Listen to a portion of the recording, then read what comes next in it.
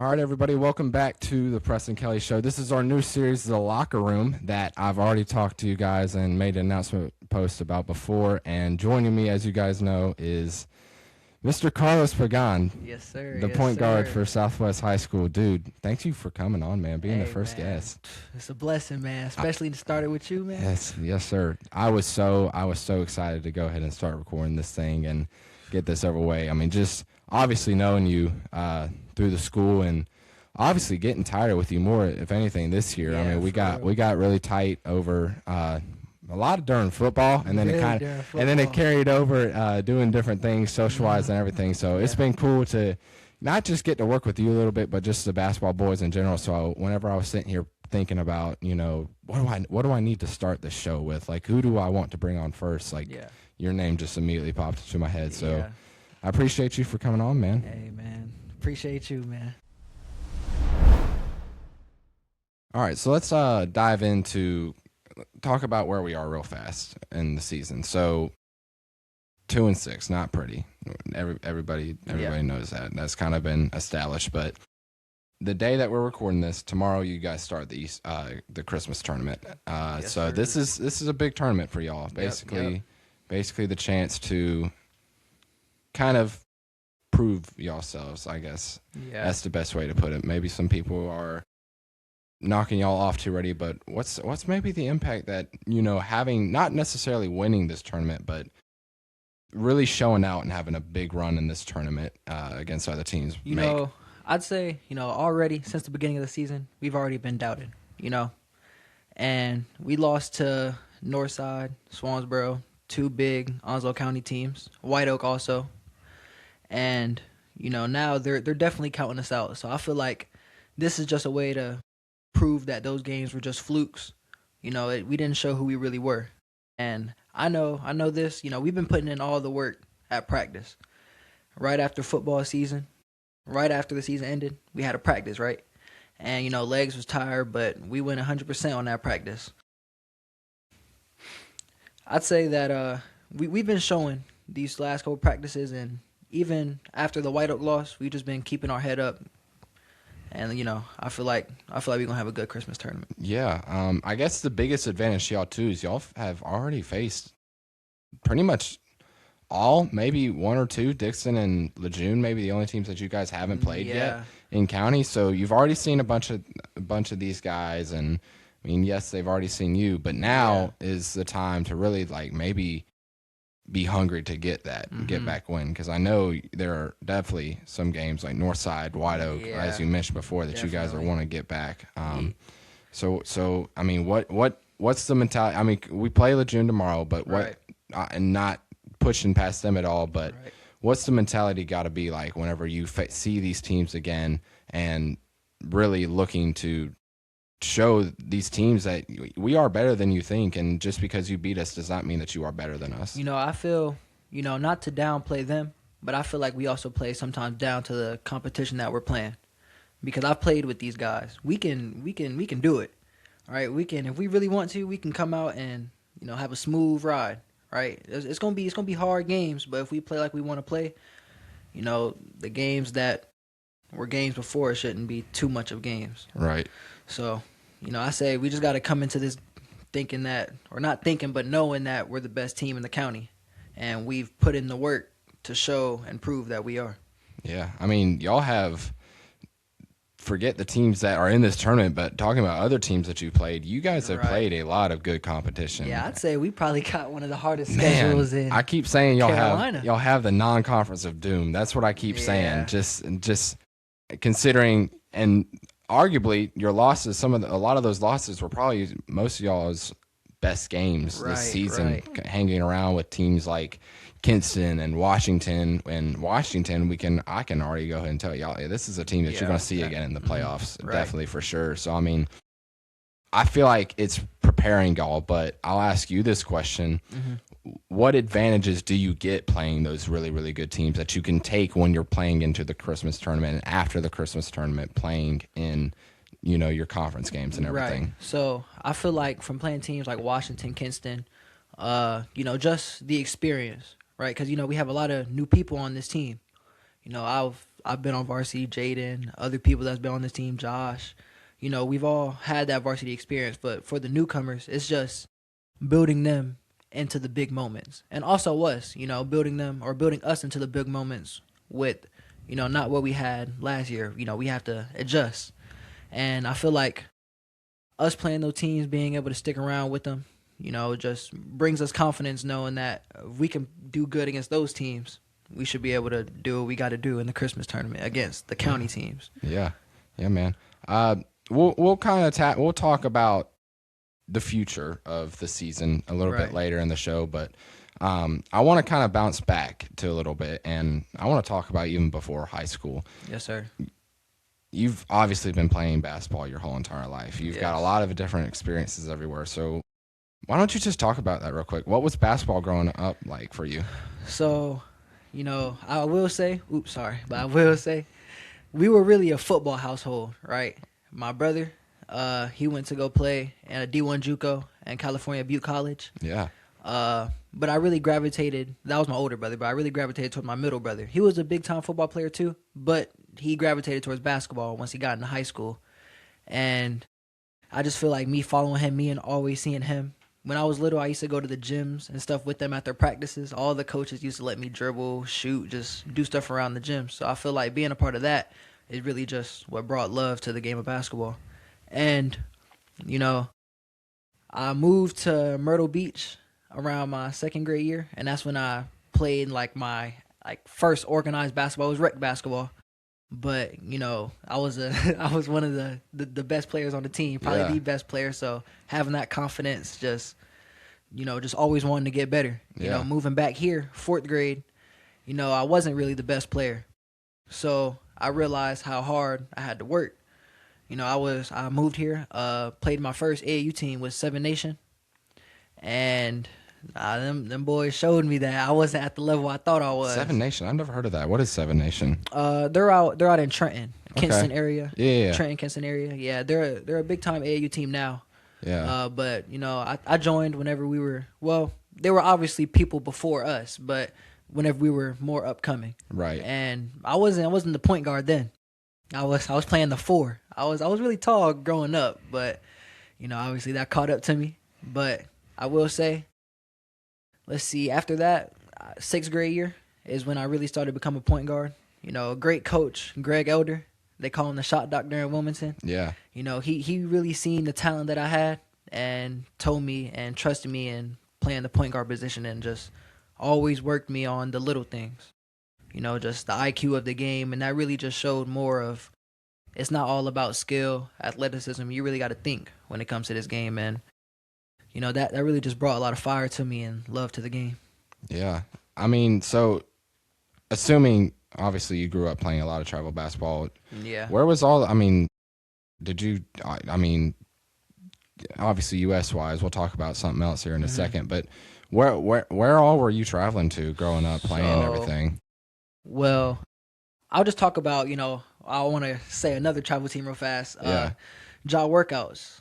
I stopped playing with WBC, which was the team that Coach Greg Elder was on. Right. I stopped playing with them, moved to this team called Jaw Workouts. It was a place I used to train at, and the trainer, he wanted me to play up. Right. He really developed me. A lot of skills training, a lot of work that I needed. He really developed my ball handling, shooting, just all the little things I needed to actually be a point guard. He asked me to play up. At first, it was a little second thought, playing up a grade, playing up with kids that are older than me. Right. And me and my dad talked about it. He believed in me. It was just, I had to believe in myself. So I took the opportunity and, traveled around North Carolina, like Greensboro, Charlotte, Raleigh, just tournaments like that. And after them, I started playing recently with Puma, Blue Chips. And we were traveling to, let's see, I can't even remember, but it was out of state. All over the place. Nebraska, Orlando, let's see, Cali. It was you're going all the way out there, Texas. Man. And is that just something that you love going all over the place playing? I love it because it's good to get out of North Carolina and see what other competition are out there, because for sure.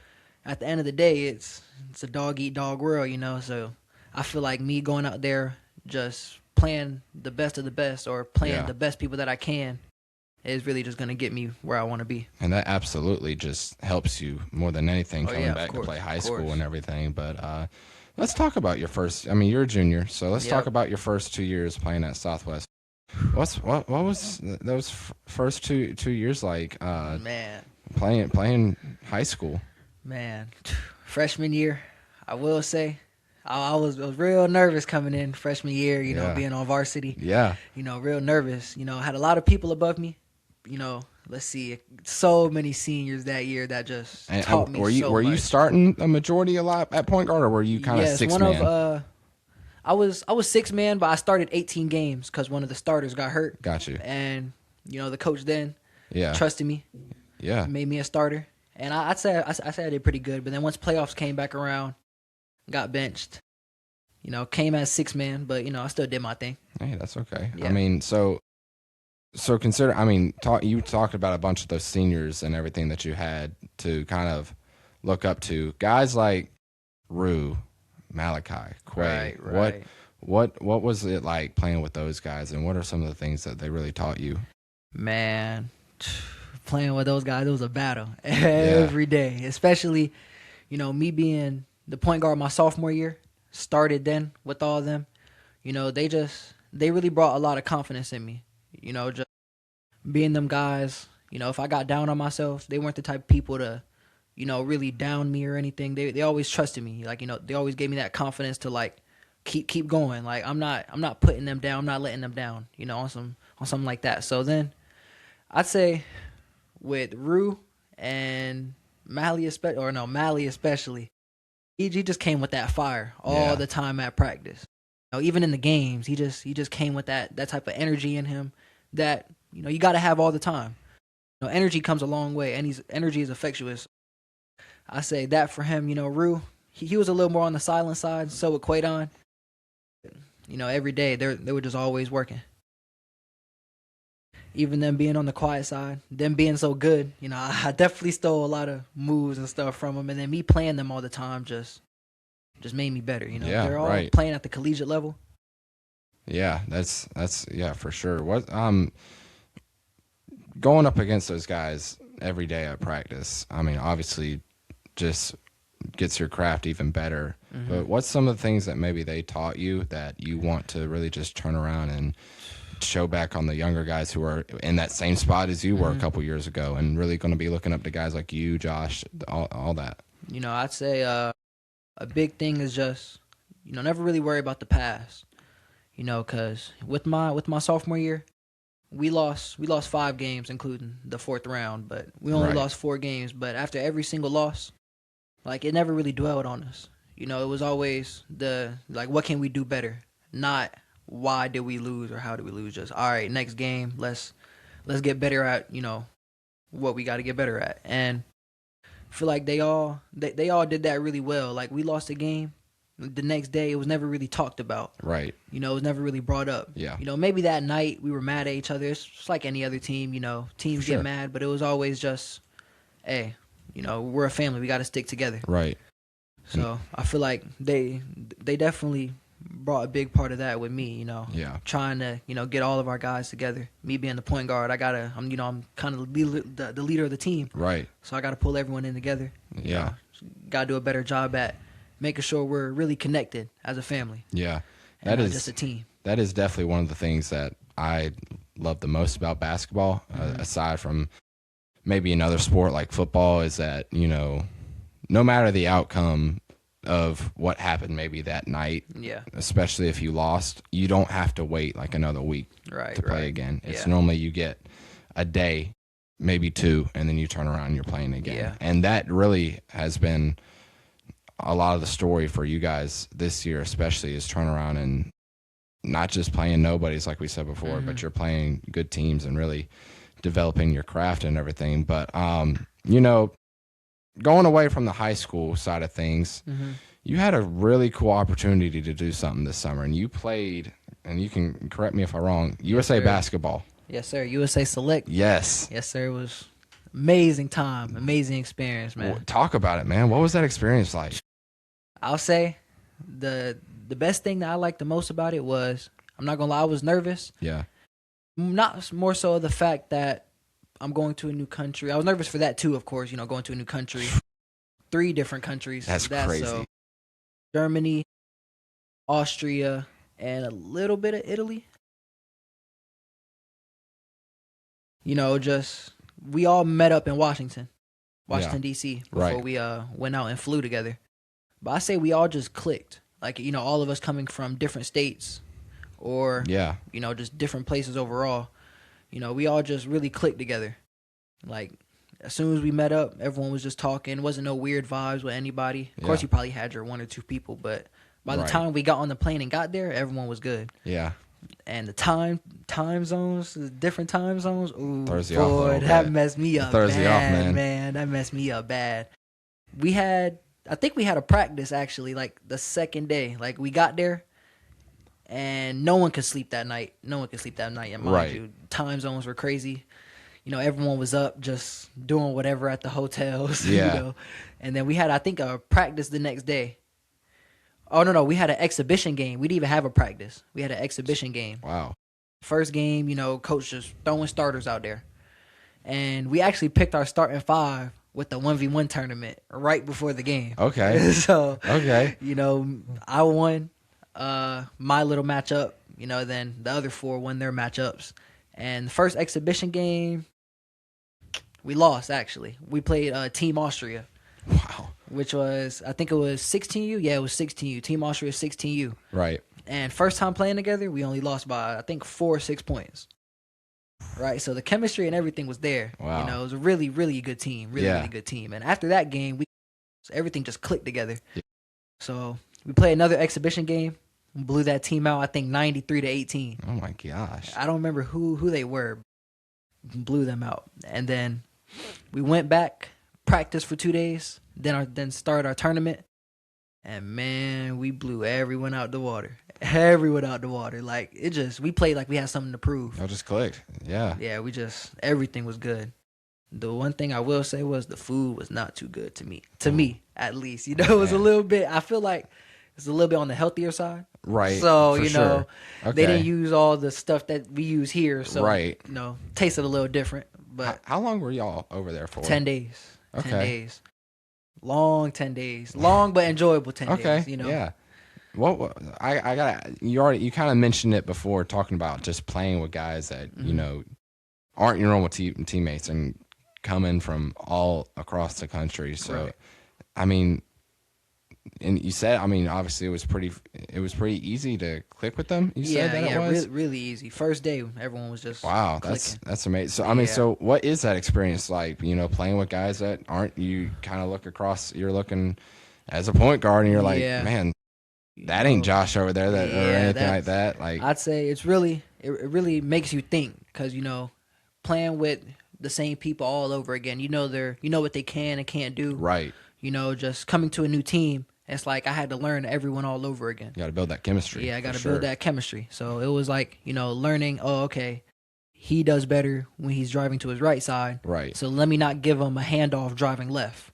Yeah. You know, stuff like that. Or he gets the ball better when he's in the post. Let me not pass to him when he's outside on the wing because he can't really dribble. You know, it's just little things like that I had to really pick up on, and picked up on it fast because everyone liked to share the ball. Right. You know, it wasn't no main scorer on the team. You know, people weren't mad about scoring 0 points or not scoring 0 points. People weren't mad about scoring 0 points. Right. People weren't mad about not even getting really any play time. It was just like everyone was happy to be there. Yeah. So I feel like just playing with all these new people definitely helped me a lot coming back. For sure. Because it's like, you know, if I'm able to do what I can do and click with everybody that I don't know, coming back just made it 10 times easier. Now, I'm assuming, correct me if I'm wrong, maybe that's why it kind of cost y'all that first expedition game that you were talking about, and then as soon as it clicks, like, obviously you guys start rolling. And, I mean, going across, I mean, you were saying you were blowing out a lot of the teams, but there's a lot of good competition and good, players nowadays. I mean, you see it especially with people coming over from different countries all over across in Europe and everything, playing in the NBA and playing even in college some of the time. So I should ask this: what does playing against guys like that from other countries and everything help teach you that you will take, not even just for right now, but wherever you continue going? I want to shout out one team, the Mongolian team. Okay. Man, I will say we were blowing out every team, but that first half of the game, they gave us a fight. Ooh, right? okay. They watched us the game before, actually. Yeah. So they were picking up on things that we did, and they came out really, really physical. Every team was physical, but you can just tell that we were a lot stronger and like a little bit more developed than some of them boys. So, but that team, they weren't. You could tell like they were little, but they were strappy, or scrappy, I should say. Yeah. They were scrappy, real Right. scrappy. So they definitely punched us in the mouth, but we were able to come out with the win. But I'd say something that I take from them is, even though we were up by so much, none of the teams gave up. Right. Like we were, I think the first actual tournament game that we played, I think they only scored 9 points, if I'm not mistaken, and we had like 80 or 70. It was a blowout. Like it got to the point we were just trying stuff. I'm throwing half court lobs. Right. I'm just doing like we're all just having fun. Yeah. We're all laughing. Coach is having fun, but they were serious. Like Right. they were still in it. Yeah. So it was just all like always got to have that fight, and that was with every team. None of the teams gave up. It didn't matter how much we were up. It didn't matter if it was two seconds on the clock. They were going to get that last shot. Wow. They were going to prove that they're going to keep fighting no matter what the outcome is. I mean, is that maybe sitting here trying to think? Maybe is that different? Maybe from facing competition that has that mentality than. I'm not trying to throw salt here, but maybe some competition that plays here. Like what is that difference in competition like? I'd say, when we went down there, we were, they were just as skilled as us. Yeah. But we were more like I said, like developed as in strength, speed, athleticism. Right. We just beat them on that aspect. So when you have skill that matches up with skill, but one team doesn't have the athleticism. Yeah. Or the things that you need extra just in skill, right, and the other team does, it doesn't really match up at all. So yeah, every team was skilled there, but they just weren't really developed like we were. All right, so we're gonna do a little fun little segment here, and okay. We're gonna call this. I've labeled this the 2-minute drill. Right. I've stolen this from another podcast. Shout out to the Cool Fireman podcast. It's a podcast that my dad is on, and they do something called, I think it's called turnout drill, where basically it's rapid fire. But the way that they do it is I've got a list of 100 questions, and what I'm going to do is I'm going to take my phone out and I'm going to put 2 minutes on a timer.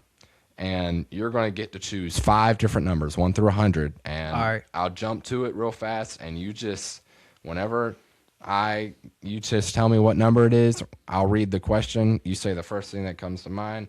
Goal is, just like a 2-minute drill, get all 5 done before the 2 minutes runs out. Sound good to you? Yep. All right. I'm ready. 2 minutes start now. Give me a number. 1 through 100. 6, 28. 32. Well, space out. Hold on. So 6. Okay. Go to fast food order. So place and Go to fast food order. Yeah. Taco Bell. Okay. Oh my gosh, I'm having a brain fart. Chicken quesadilla. Right. Doritos Locos Tacos. Cinnabon Delights with a Baja Blast. Sheesh, you're hurting after that. Okay, another number. 3. 3. Yep.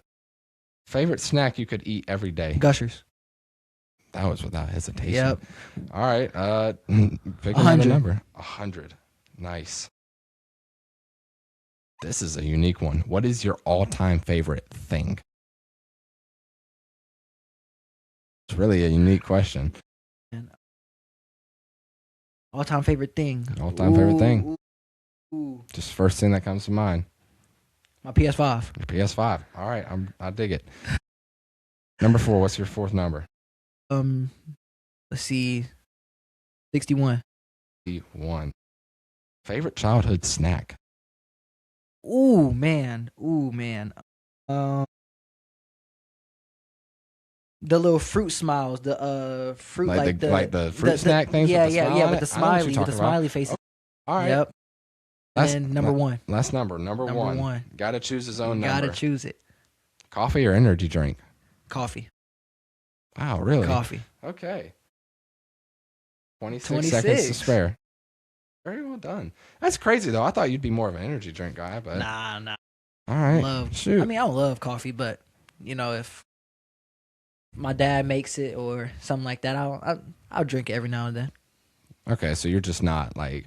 I mean, I'm not a usual... I'll drink it, but, like, that's when I really need to, wake up, Yeah, or if my girlfriend gets it, then I'll drink it. If she goes to Starbucks, so you're a Starbucks guy. That's yeah. All right. Yep. What are you getting from Starbucks? Is it some fancy drink or whatever? She actually put me on, but her mom gets the same thing. It's like a caramel ribbon crunch. Something. That's what I get. You do? Yes, yeah. So you know what I'm talking about. Yes, I know exactly what you're talking about. Yep. It's just I gotta have something sweet. I can't just have coffee. So you just a sweet tooth guy? Yeah, pretty much. Love candy. You love candy. What kind of candy you getting? You go to Dollar General. Dollar General? That's a good. You know what? That's a good little fun question right there. Kind of like a gas station stop. You're driving like 2 hours. You're 2-hour drive, and you're like, all right here in the middle. I'm stopping, filling up the car real fast, but I'm gonna go inside and I'm gonna get a drink and some candy or a snack. It doesn't have to be candy. All right. So let's see. I'm walking inside a gas station. For the drinks, I'm getting strawberry banana body armor. Or orange mango. Okay. Just depends on, if the strawberry banana's out. Right. So, body armor for the drink. Yeah. Usually the spicy nacho or sweet spicy and chili Doritos, the purple ones. And then for the candy, I usually get 2 candies. Okay. So, hey, let's see. I'm right there with you. Sour Gushers. Okay. And then blue gummy sharks. Blue gummy sharks. I recently just started eating those a lot. Yeah. And the first time I tried them, I just fell in love with them. It was just one of those things. Yeah. I'm more of you're obviously a gummy guy because I'm a big gummy guy. I'm not big chocolate or anything like that. Yeah, me either. Unless it's Reese's. Reese's. I love Reese's. Yes, that's good. But that Reese's. Hershey or like the little kid, I'm good. I'll eat it, but I don't need it. But so what's yours then? You go to. Gosh, this is I'm getting put on the spot. This is your show, and I'm getting put on the spot. Well, you're talking gas station. Gas station. All right. Well, probably Mountain Dew. I always grab a Mountain Dew. Okay, that's a good choice. Pretty much everybody knows. If it's not a Mountain Dew, if it's like around early in the morning, I'll probably grab an energy drink. Okay, yeah. Something. Just get yourself through the day. Yes, a Monster or a Red Bull, something right. just to power me through. And then candy. Oh man, a lot of choices. Yes, it'll either come down to probably. I love the Airhead bites. If you know, Ooh, yes, I love the Airhead bites. My dad's put me on Mike and Ike's for the longest time now, so I love Mike and Ike's. Man, I should have. Yeah, that's a good one. And then I love Swedish fish. I can never get into Swedish fish. Why not? Like, it's just they don't got no flavor to me. Like, they're just tasteless. It's just a gummy with no flavor. I don't know. I mean, it's good to me. I gotta have some sour or something in there. Right. Kick. Yeah. Okay. I mean, I can't blame you then. But I don't know. I like Swedish fish. I like red. I love red Twizzlers. People don't really like Twizzlers. Yeah, I'm not a big Twizzler guy either. It's okay.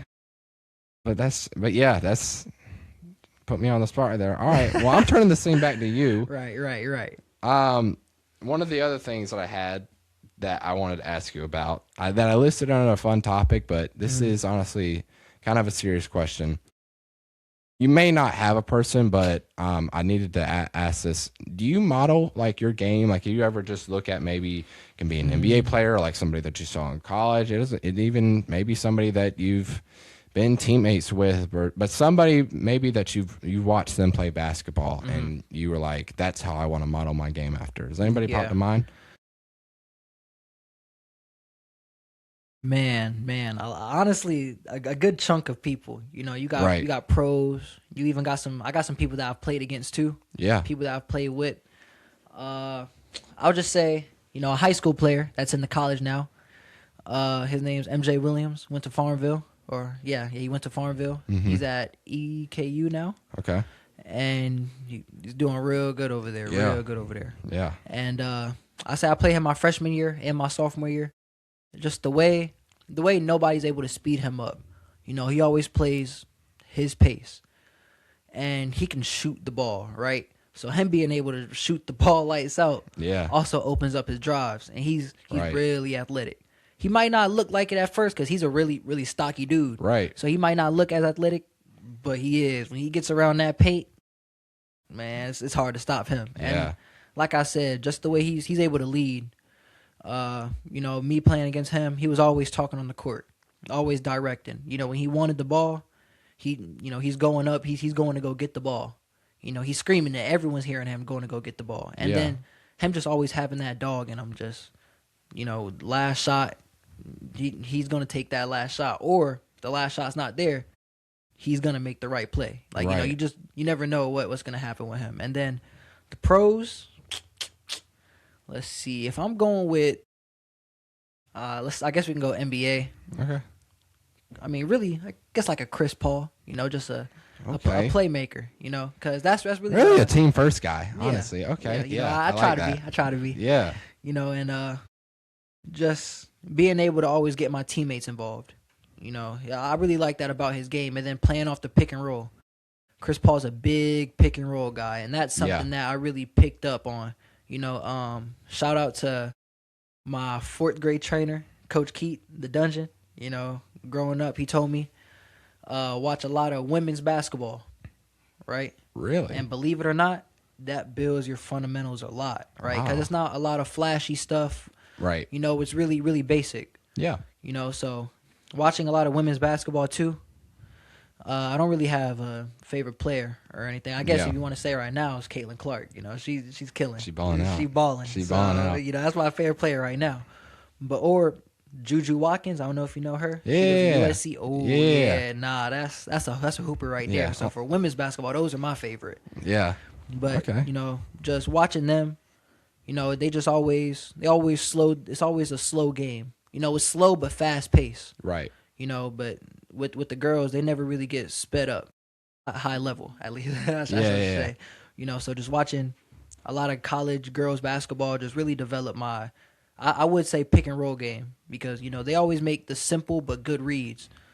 So I got a comparison that I've kind of come up with on my own, if I can throw it at you real fast. Right. This comes from me being a big Tar Heel fan, but a guy that I watched for the last couple years that just I don't know why, but it just every time I'd watch you play, it make me think of him. But RJ Davis, just I knew where you were getting. And maybe it's more of you can shoot pretty much from everywhere, but you really make you will make your money from working more in the mid-range and in the paint and your handles and passing ability. That's really just where you thrive. And every time I would watch RJ play I would watch you play, I would just feel especially just watching you just kind of working at the top and then driving in and immediately pulling up. And that's honestly one of your just that's strongest strengths. It's dribble pull up. That's where I get to. That's my money right there. And the floater too. That's RJ Davis. I see the comparison now that you're saying it. I definitely see it. I don't know. That was just the one I had for you. But you mentioned talking about some of your favorite girls players. So let's talk about maybe some of your favorite. I don't know if you grew up watching a lot of NBA and stuff. Of course. Of course. Well, a lot of people are going to get mad I'm saying this, but LeBron's my favorite player. All right. Okay. I'm a Curry guy, so I'm just coming from Yep. I see it. Four rings. Hey, I'm going to go see him next week, actually. Really? Dang, man. Congrats. That's tough right there. Yeah, that's tough. So, LeBron's my favorite player, but let's see. I'll go favorite point guard, since I'm a point guard. I'm going to go 3. I got to say 3. Okay. I can't just say 1, right? Yeah. So, Kyrie. I knew that was... Kyrie, man. His handle, man. It's something about it. And then he's so crafty around the rim, right? I'm not someone that can jump too high. Right. And I don't got a lot of hang time, so I got to be crafty on my touch and how I can finish the ball. Right. So watching a lot of Kyrie, he really helped me on, how to, working on a lot of my hezzies when I get around the rim or pump fakes. Rajon Rondo, wow. man.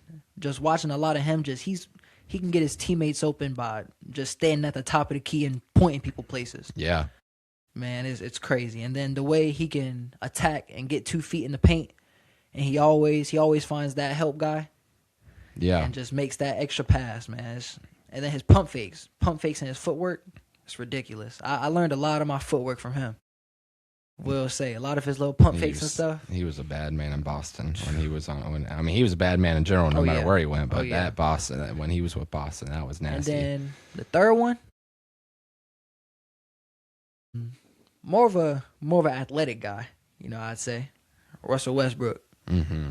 When he was in his prime, that 2000, I think. OKC. 16 year? Was it 17 year? What's that? When they went to the finals? Is that what you're talking about? No, when he won MVP. Man, that year. 17. Oh my goodness, man! That year he was a monster. Filthy. All I wanted to watch was Westbrook. Filthy. It's wild. You watch those teams with him, and even when he was and when KD was down there and all those boys, and you look at the team now with how shy it was Shea and getting to the free throw line 50 times a game, and compared to watching Westbrook just throw it down every other time that he get a fat, it's crazy. And then when you had KD on the court with them, man, that's filthy, crazy. But maybe you said that you were a LeBron guy, so you just team-wise, you just kind of following him around. Is that what it was, or you really just having a team? Yeah, it's really just wherever LeBron goes. Yeah, because I feel like, I don't model my game after LeBron, of course, right? But I model the way he thinks of the game. I wouldn't say like he's more of the player. He's always trying to make the right play, right? Not the right play that he thinks, but the right play that the defense is giving him. Yeah. Right? So he's a big team first player, right? He might have the most points, but just watching him on the court, like I said with Rondo, LeBron can win a game probably scoring 10 points. Yeah. But just the way he gets everybody in line, he's just such a good leader, I've definitely modeled my leader after him. Yeah. But I don't like all the crying he does, so I try to stay away from that. That's fair. That's fair. But you know, definitely the way he thinks of the game, I try to use him for a good model for me. Yeah, man. Well, let's kind of dive into. Obviously, as I mentioned before, you being a junior. Yep. It's coming that time where you're gonna be in college before you know it, and real soon. I know you're gonna be hooping somewhere, but yep. Without diving into that part of it, where was obviously somewhere you would just love to see yourself playing, maybe potentially in college. And obviously it doesn't have to be a team in North Carolina, but there are a lot of good college organizations out there and everything. So what are some programs that you would just absolutely love to play? Well, I'm a Duke fan. Oh. So yeah, so Duke, of course, that's the dream school, but they're a private college, so getting into that college is real hard. Rough. So yes. I never really thought of too many colleges that I wanted to play for, but UConn, that's one that I remember me and my dad watching a championship game with them, or the the March Madness. Yeah. Right? And they were in the finals. And me and my dad were watching them, and just the way that they were getting coached and the way they were moving the ball. Right. It was just I was real college basketball. That's how I see the game should be played. Right. Right. And just, I feel like I would love to be a part of something like that. Yeah. And let's see. I'm really liking Kentucky. Gosh, you're just killing me right now as a Carolina guy. Just naming every Kentucky blue blood. Well, Kentucky last year, I should say. Kentucky last year. Okay. This year, honestly, I haven't really been watching too much Kentucky. Right. I've been Carolina beat them. I can tell you that. Oh yeah, I seen Carolina that. beat Seen them. that. Let's see. Honestly, I've been watching a lot of Duke. They're really good this year. Not to hate, but we'll see. We play them twice.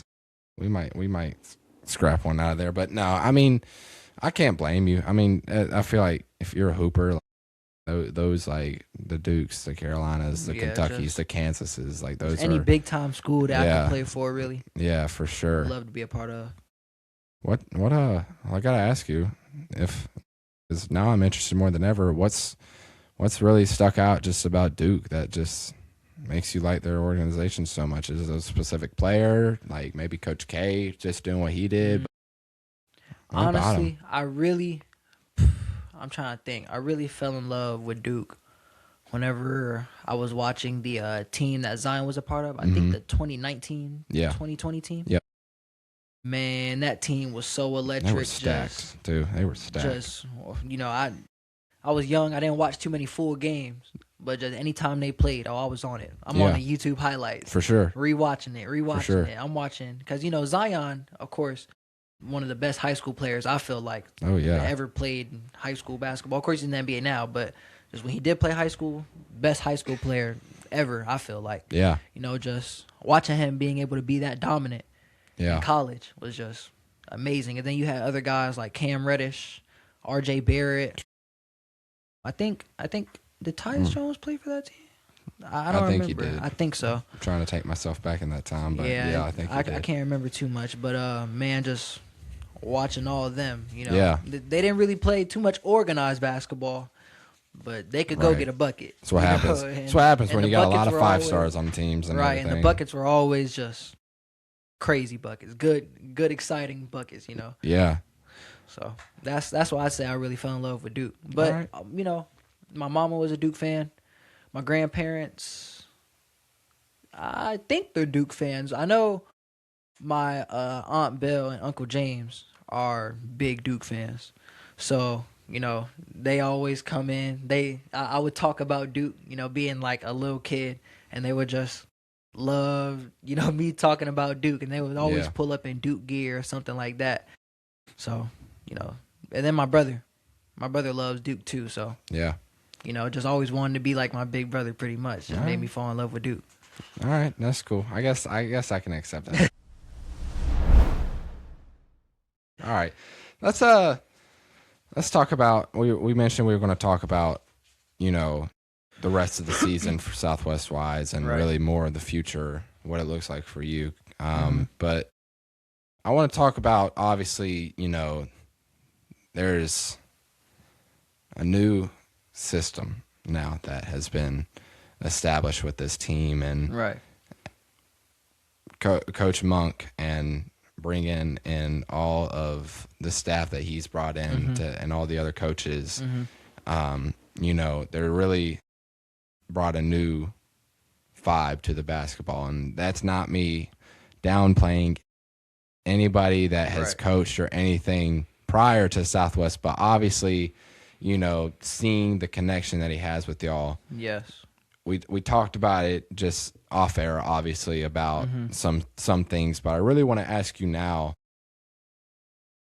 what has he brought now to this team, and with his new staff and his new system and everything that maybe you were missing before that, or it wasn't just clicking until he got there? And what is it?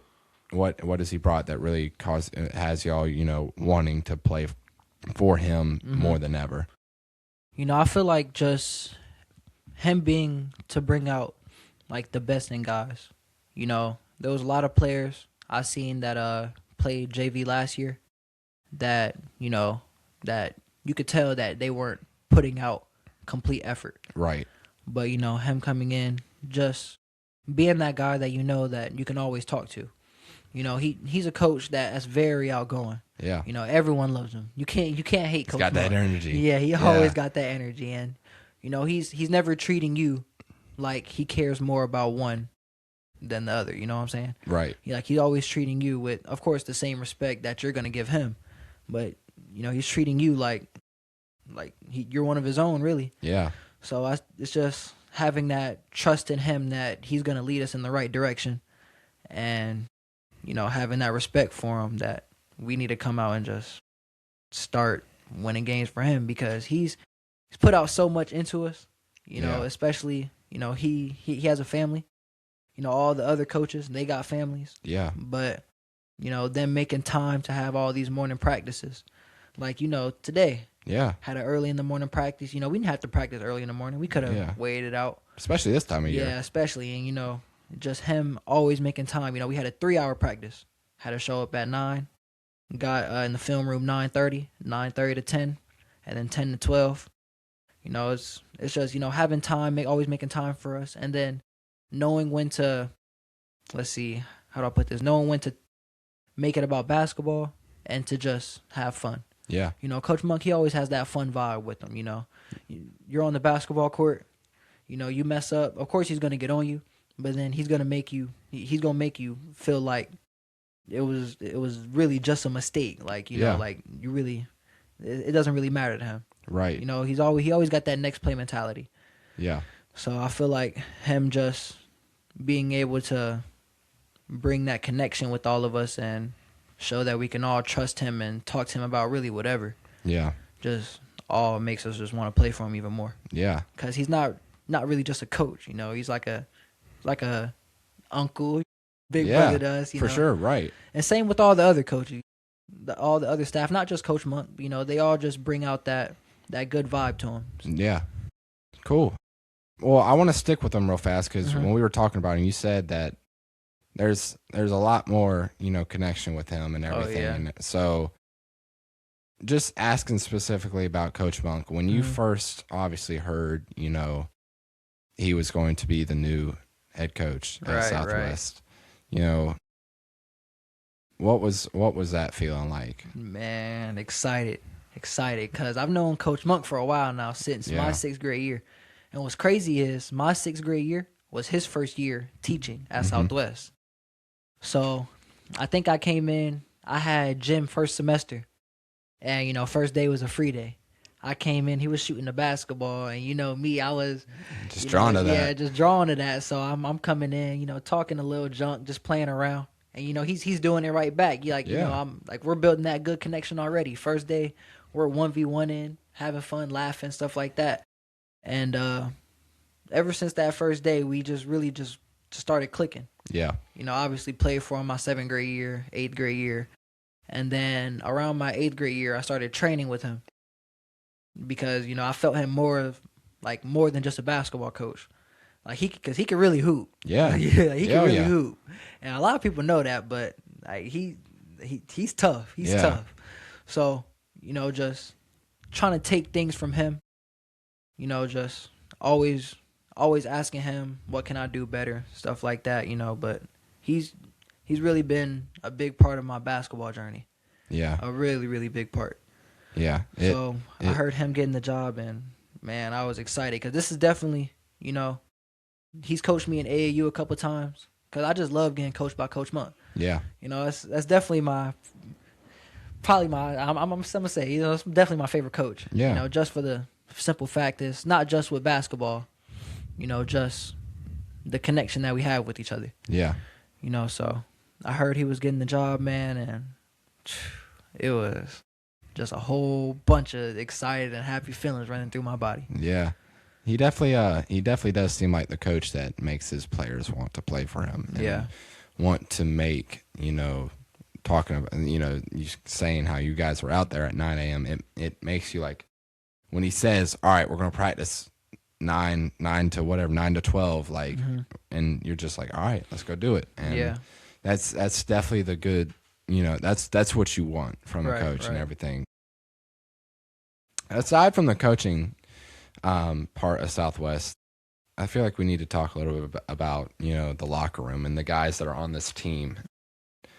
I think the best thing that I've noticed as a fan watching all of y'all play now, pretty much all the games, is I can feel that connection that all y'all have with each other. Yeah. And you'd mentioned, talking about, maybe guys that were playing JV last year, now playing on the varsity level. Jay Laney, Boog, obviously, are two names that come to mind that are now Yeah. starting Yeah. guys for us. What's that locker room like? What's the chemistry like with the other guys, and building that connection that really not just shows off the court from the student that I see, but Yeah. also on the court that everybody else sees during games and stuff like that. I definitely say, like, now we're able to talk to each other a little bit more. Like, of course, being a brand new team, we kind of all already played with each other. Right. A lot of the people. And then Coach Monk coming in, he knows how to coach us already because he's coached a lot of the people that were on the team before. Yeah. So, the locker room, I say we're really able just to talk to each other and express how we feel. Sometimes it might get told in a harsh way. People are going to go at it, but it's like any other team. Yeah. People are going to go at it. But, kind of like last year, just being able just to move on from it. Yeah. And I feel like this year, though, we're able to talk to each other a lot more and express ourselves a lot more. Right. Just we're all a young group. Got a couple of seniors, but it's not as many seniors as last year. Right. So and I definitely feel like that is a big positive, honestly. Yeah. And I hate it for seniors that won't be back next year, but obviously me too.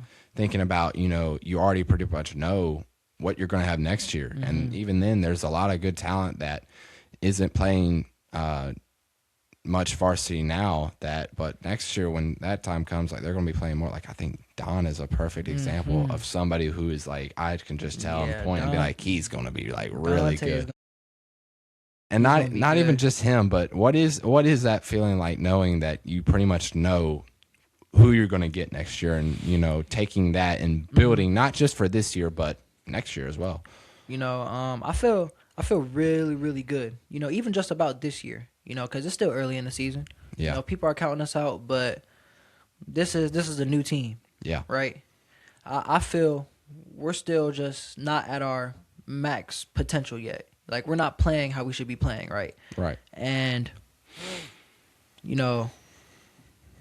me knowing that I'm getting almost pretty much everybody back next year just makes me feel really good, because I'm already starting to pick up on, how everybody should be playing, or not should be playing, but how to make them produce best. Yeah. Right? So me knowing that I'm not going to have to learn too many new people next year. Yeah. Just makes me feel really good about next year's season too. Right, for sure. Well, let's thinking about the future is great, but really, as we've talked about this season, getting counted out already and everything, and obviously you got the chance to really make y'all stamp Right. starting tomorrow and continuing on with the rest of the tournament, and then immediately after that you're playing your jump right into the conference games. And even then, playing your conference, you still got two really good teams non-conference wise. We're playing Kinston again at home, and then Croatan, having to play McBride, who seems like he's scoring 30 every single night. What sitting here now at 2-6, you're going to turn this around. I just know it's going to happen. But what, not even just an aspect for you, but what does it take from the team to really just start pushing forward to where it's really just becoming dominant basketball, and we're not having to worry about one night we're playing really good and then the next night we're not playing like we should, I feel like it's just everyone just buying in and all trusting each other. The trust is there, of course, but you've been at the games. We always start off like, that too, actually. Let me jump back real fast. Yeah. Starting off slow. Yeah. We gotta cut off the slow starts. For sure. I think every single game besides probably the Richlands game. Yeah. We've jumped off to a slow, and Kinston. We jumped off to a good start against Kinston. We did jump off to a good start. We did. Every other game, it's just been really, really slow. Yeah. And I feel like that's always because we either come into the game thinking it's too easy, or come into the game with some people kind of, like, and we're probably gonna lose this game. Right. I feel like it takes everyone just to buy in. Yeah. Because like I said, energy is infectious. So Yeah. energy comes a long way. And then talking on the court, we don't start talking until we're down by 20, and now we came all the way back, and now we're only down 5. Yeah. I feel like me being the point guard too. I gotta take accountability. I'm the point guard, so I gotta get everything straight. Yeah. I've been working on that, even in practice a little bit, just trying to be more vocal. Even if it's just saying, hey, send him my way. Or, hey, let him shoot, stuff like that. Not just calling out screens or I got your help. Yeah. Stuff, the little things, I gotta do a little bit extra. Right. Because me being the point guard, I know if I start doing it, everyone else is going to follow. So, I just say having energy from the start, rebounding for sure. We've been getting out rebounded a lot lately. Dear God, yes. Rebounding, and then having trust in each other that we're gonna be okay. Yeah. For sure. Still early in the season, yeah. And I feel like we've been doing really good with that. Like people know, or we all know, we're 2-6. We lost to teams that we should not lost to. I feel like. Oh yeah, I agree. And I'm still seeing the energy from everybody on the court. Like we still got that fire, and it's like we're not 2-6. Like we gonna turn this thing back around. Yeah. So that's what I'm loving right now. We gonna turn it back. I for sure agree. I'm biased, but I think y'all are the best 2-6 team out there. Like this is a really good basketball team when y'all are playing at y'all's best. Mm-hmm. What 2-6 is not pretty, but when the season's done and over with here in a couple months, what's the message that you want this team to have sent that really speaks volumes about this team by the time when playoffs comes around, and those teams that are sitting there in the bracket that whether they played you or not, but they saw that how you started off and then they're playing it out, they're just like, I don't want to play that team. Yeah. What's that message that you want to send? Man, that pretty much that we just all we had to do was just get right. Yeah. Because like I said before, these games I'm looking at them as flukes. I'm not looking at no team that we lost to as a loss. I'm looking at them all as lessons. Yeah. And I feel like losing to these teams, especially early in the season, it definitely humbled us. Because we were all really, really confident coming into the season, but I felt like we were more cocky rather than confident. We got a little bit too big-headed. We needed this, and then all this is a part of God's plan, and I know God got something good coming for us. So, heck yeah, dude. Definitely want to send a message to everybody that's gonna be in that playoff bracket when we there that hey, we coming and we not gonna stop. Yeah, for sure. As we kind of wind down here for the last little bit, just want to ask you a couple questions, looking forward, I want to start out by just asking you, when here in a couple years, when high school is over with and you're off doing whatever it is that you're doing after high school, what do you want people to remember you for when you were playing in high school? What is that they want to think of that they knew that impact that you made? What is the biggest thing that you want people to remember you for during your high school career?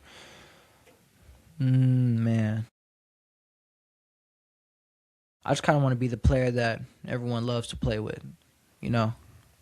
I have my moments to where I might catch myself, getting a little upset or doing things like that. But, I try to catch myself because I know how it felt to get put down, not being as good when I was younger playing with a lot of better people.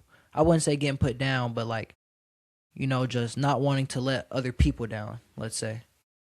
So I just want to be that player that, everyone loves to play with or always wants to play with. Never not, I always want to be picked up first, not because of how good I am. Yeah. But because I know that he's gonna make me the best player that I can be. Yeah. So just trying to have that impact on everybody, and even especially the younger guys. You know, I try to build them up as much as I can, but I definitely catch myself, you know, getting a little upset with them. But you know, it's all a part of the ride, man. It's all a part of the ride. Heck yeah. Well, I know you're going to go play college somewhere. I just know it for sure. But when that time does come, what's the impact that you want to make there? And not even just for college, you know, if you're lucky enough to go play pro somewhere or overseas for all I know, like what's the biggest impact that you want to make whenever you reach the highest level where you're not playing just public school competition, but some of the best competition? Let's see. You know, I've heard a lot of people, you know, say that you got to go to a big time school, or you got to go to just a school that's known, matter of fact, in order to get recruited or play at the pro level. But, you know, I kind of want to prove that, you know, if they're good, they'll come find you. Yeah. You know, and I know a lot of people that is playing pro right now that, you know, have taken a long journey to get to the pro level. Yeah. But, you know, they're leaving a big impact on the journey that they took. You know, I kind of just want to show everybody that, you know, the journey might not be how you want it to be, but, you know, there's always a way to get there. Yeah. Because, you know, with how the transfer portal and everything is working, you know, it's hard for someone my height and everything to go D1. Right. Right. So I'm not saying it's not possible, because of course it's always possible. And I'm going to keep aiming for D1. Yeah. But, of course, if I don't get there, you know, I'm never going to give up on the dream. The dream is to go pro, no matter what level, NBA, overseas, shoot, the G League even. Yeah. You know, I want to play pro. I want to be known as someone that made it out of Southwest as a pro basketball player, you know. Heck yeah. You know, and just basically having an impact on every other kid that goes there that has the same dream. Might not be the NBA. It could be soccer for all that it is, just getting as high as you want to go and knowing that you could do it. Yeah. Heck yeah, dude. This question right here. I'm really interested to hear this one. Mm-hmm. Whenever I do go to the games and everything, and whenever you're playing, there's always one person that always sticks out when it comes to you, and I know that he's always, no matter where you are, he's gonna be there. Yep. And your pops, man. Yeah. He's probably that has to be your biggest supporter. Definitely is my biggest. He's your biggest supporter. Definitely. What's it like having him? You know, you can count on him for just anything. Man, he does so much for me. It's crazy, man. Like, he's made so many sacrifices for me. Yeah. So many sacrifices. You know, there's definitely times to where, you know, he irks me a little. I feel that. Trust me. Definitely times, but, you know, man, I definitely would not be here without him, because if anyone hasn't had as much trust in me, it was him, man. Or it is him. Yeah. Because I wouldn't have even got the opportunity to play for the USA Select team if it wasn't for my dad. Yeah. I had to go to a tryout in Tennessee in order to possibly make the USA team. And when my dad read me off the letter that I had got, I had straight up told him, like, I don't think I'm ready. Right. And you know, my dad, he listened. You know, he took a couple days to think about it, and then he came back to me. And, like, you know, he was just motivating me, telling me, like, I am ready.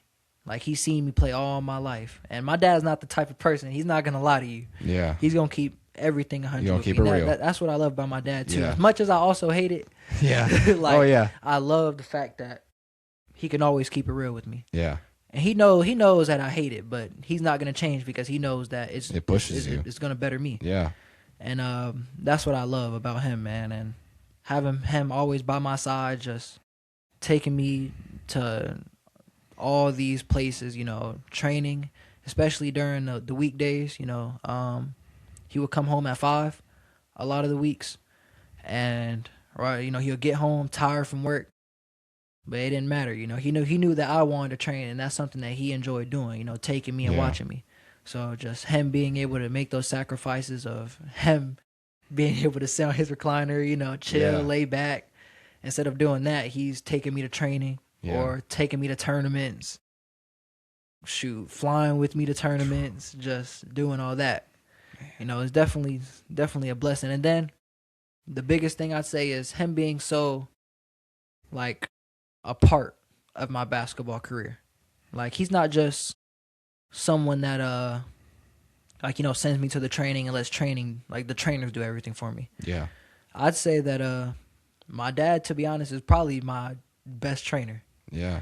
Like, cause he always works on the stuff that I get wrong at training, and we fix it at home. So when I do go back to training, I'm perfecting it there, and then now we're moving on to the next thing. Yeah.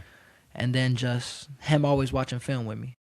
Film, as much as I hated doing it, or as much as I sometimes still don't like doing it, it always gets me better. Because it's always things that he sees that he'll tell me, but I don't see it. It's the little things. Yeah, I don't see it until now we're watching it in the game. Yeah. And then he gets every little detail. Right. So just him being able to take the time out of his day Yeah. to put so much into me, just, man, it's amazing to have someone like that. That's awesome. Really, really grateful. That's awesome, man. It's so easy to see every single time. He'll be, whether he's up there just recording, doing whatever, right. or You ain't never miss a game. When the ref makes a bad call, you already know who's going to be saying something. You know who's going to be saying something. It's amazing, man. That's awesome, man. Look, this is the last thing I got for you, and this is what I'm going to make just the last thing that I ask people every single episode that I do. Right. Something totally unsports related, but something simple. Dude, 3 things you're thankful in life for right now, right in this moment. What are they? Man, family. One. I can explain a little reasoning. Yeah, go for it. Okay. Family. Yeah, they've all been just my biggest supporters. Like they never showed any doubt in me. Anything that I do, especially my grandparents, they show up. They stay all the way in Kinston, but they showed up to every home game. Wow. And just them just showing that kind of support and love, and then clips and little highlights I make that I'll post on Instagram and stuff. Them always asking, "Hey, send me that, so I can post it." Or, when I come to the house, "Hey, let's pull up a game and watch it." Just them being a part of that journey with me just gives me a lot of motivation to keep going. Yeah. Let's see. Number 2. Man.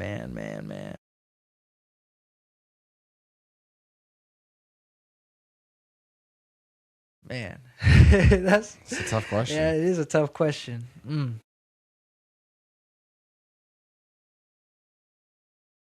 I definitely have to say, I definitely have to say basketball. Yeah. I mean, basketball has helped me with so much, man. It's taken me from just I wouldn't say we're definitely wealthy, but there's been times I've been hanging around, or I've been hanging around the wrong crowd and stuff like that, and my dad's kind of just like pulled me back, and we just locked in on basketball. Yeah. And basketball is something that has always just taken love over anything else.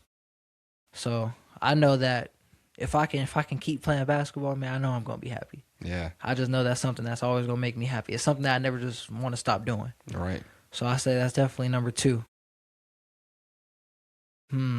Third thing. I said family. I said basketball.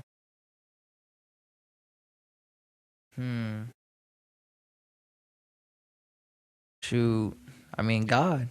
I mean, I wouldn't be here without God. Heck yeah, man. I mean, that goes for just saying. I mean, He's blessed me in so many ways. Yeah. So many ways, because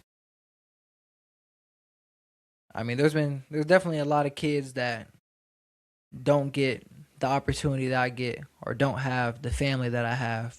The supporters, or Shoot, big shout out to my girlfriend too. She's a big supporter of mine too. Oh, Skylar.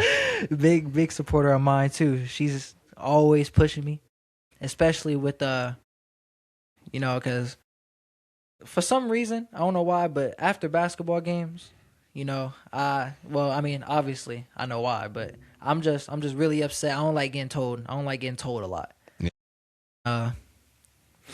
My dad, he always has to let me know, what I did right after the game, what I did wrong, so it sticks in my mind. He knows I don't like it, but he knows it also builds mental toughness.